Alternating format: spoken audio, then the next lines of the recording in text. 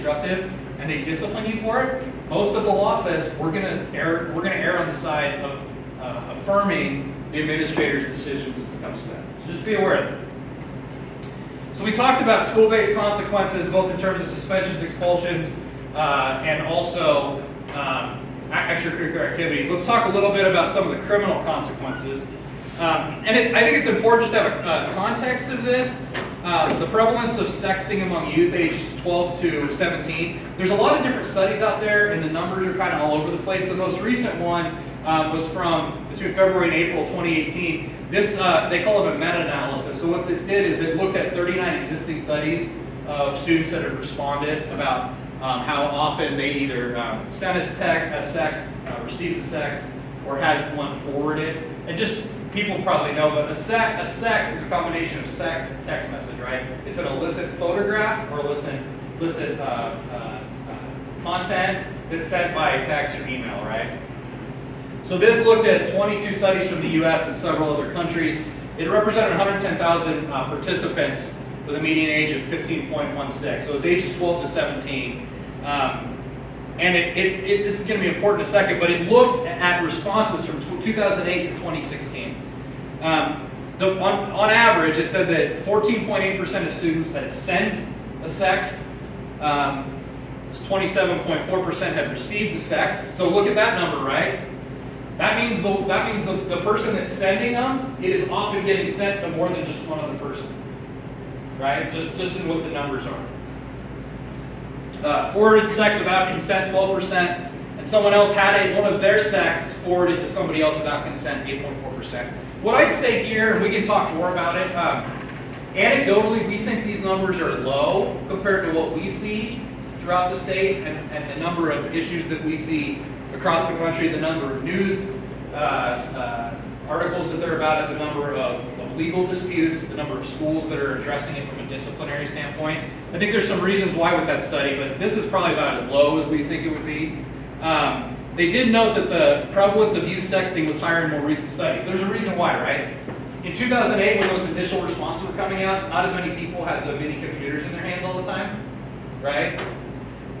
The study found that people were more comfortable on a phone than they would be on a computer in terms of sending sex. They think it's safe, they think it's more private. So the more recent studies show a higher frequency of students sending sexts.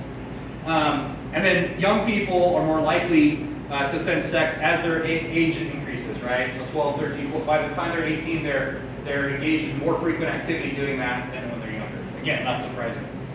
So let's talk a little about the laws are changing on this.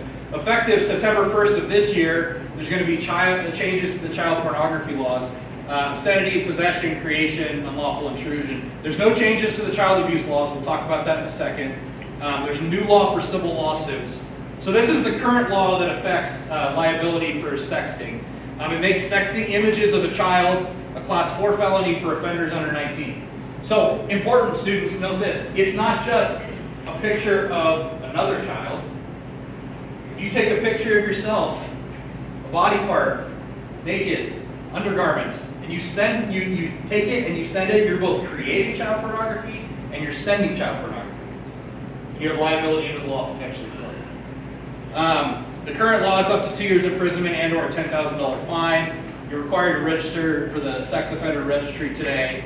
And it's a class 2A felony for people 19 and up to 20 years in prison and required sex offender registration. They changed a little bit of that. We're just going to kind of go through them just so you're aware of it.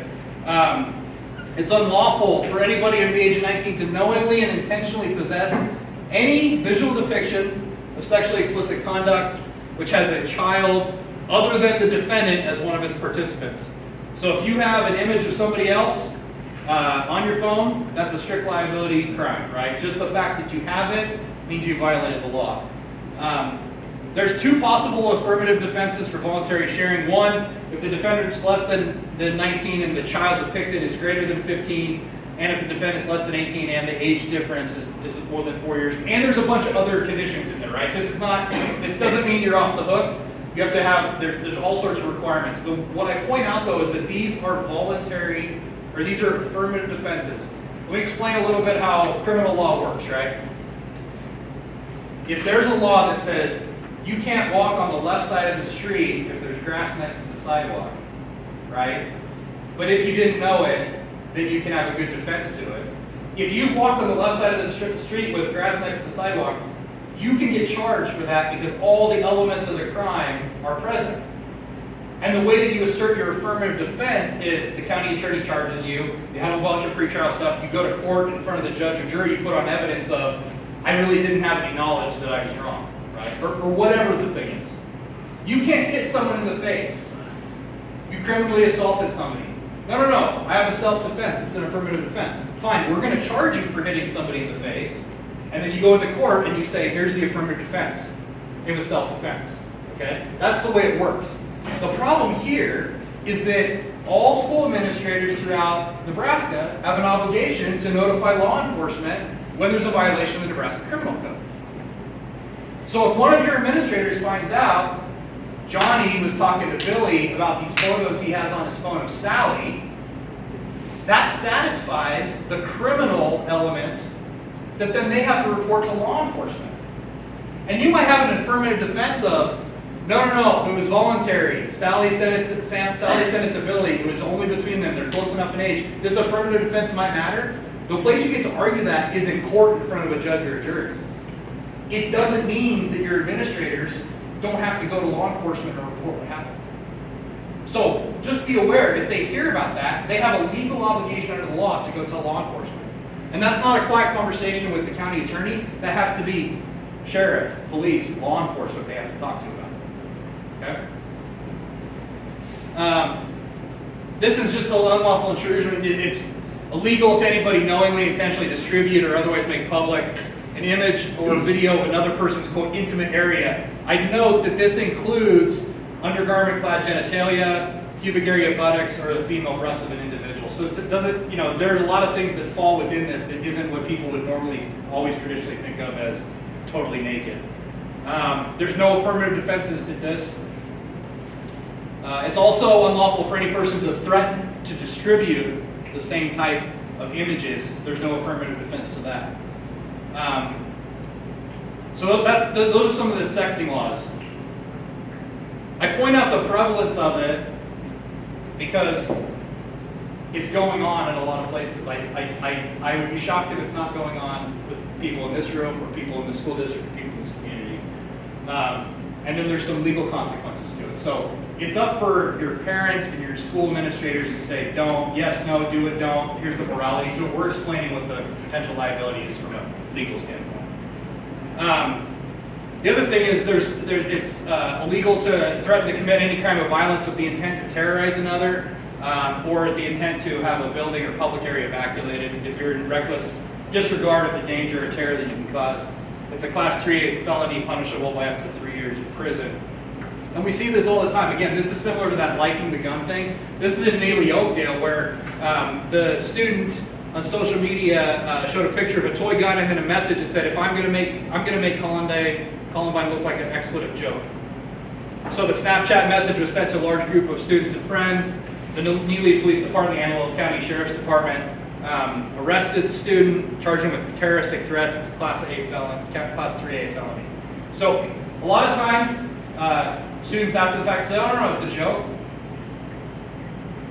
Law enforcement and school leaders are taking these very, very seriously. It is amazing the stuff that we end up hearing about in our office that never makes the news because school administrators have to be proactive. So I'm just telling everybody, especially the students though, be aware if you make a joke or a real threat that seems like it's going to be a terroristic threat or violence against the school, the people in charge are going to take it very seriously.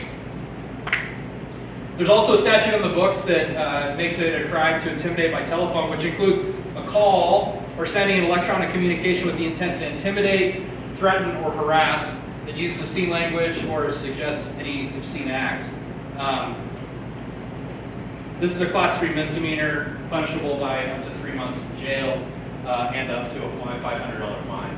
So if you're using using your technology to threaten somebody else, you can potentially have criminal liability as well. Anybody seen this in the news? Yes? No?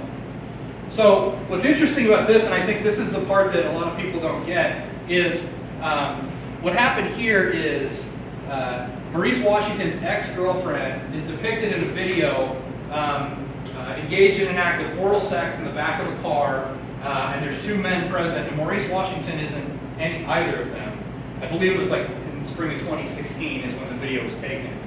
So she breaks up with him, or he's having communications with her later. He's not even in the video, but he has a copy of that video, and he says, you know, don't forget this hoe, or something like that. Now, a lot of times people in the news media and in sports and stuff are going, oh, he wasn't in the video, he didn't do anything. In the context of what we just talked about, what we know, though, is that the fact that he had the video, that she was underage, engaged in a sex act, means that he had violated Nebraska law, right? And the fact that he wasn't in the video has nothing to do with whether he's liable. Just like if you all have illicit stuff on your phone, you could be in trouble too, okay? This is a high-profile case that resonates with people because they see it in the news, but it illustrates the type of liability that we're talking about. There's also a new law that basically creates civil liability for intentional disclosure or a threat to disclose a private, intimate image of an identifiable individual without their consent by a person who knows that that person did not consent to the disclosure, and the intimate image was private, and the depicted individual is identifiable, and the disclosure harms that person. What's interesting about this from a legal standpoint is there's a lot of lawsuits out there, or claims that people have, but the economics of it don't make sense because someone doesn't have a lot of damages, and they don't want to pay a lawyer a lot of money to go and sue somebody, right? Here, the level of proof that they have to show is a lot less than in the past. So it allows for both actual damages, but also emotional distress. So even if somebody doesn't have any medical bills or economic damages that they can point to, they can recover for their emotional distress of having somebody else send a sex message. And this isn't criminal we're talking about. This is just two private people suing each other. So the example of, sending a sex message to somebody, Billy sends it to Sally, and then he goes, oh man, I wonder if Sally got that. But Sally didn't get it. You know who got the sex message? Who do you think? It wasn't Sally, but in the house it's on the phone. Who? Not Sally's mom, Sally's dad. Yeah. What do you think Sally's dad did about it when he got Billy's image, on her phone? Well, in the past, he'd have to go to law enforcement. Maybe he still does that for the criminal liability. But now he can go to the courthouse and file a lawsuit against Billy and Billy's parents. And if the damages are difficult to quantify, this law creates a presumed damage of up to 10 grand against each defendant.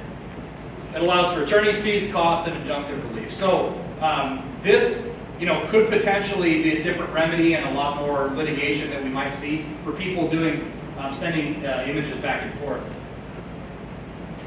So the other thing I just point out, and the students are probably aware of this, but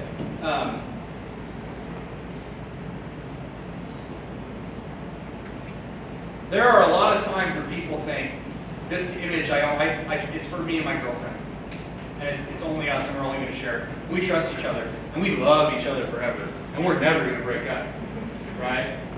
And that always happens. Well, the fact of the matter is, when it doesn't happen, something that was originally, even in good faith, intended to be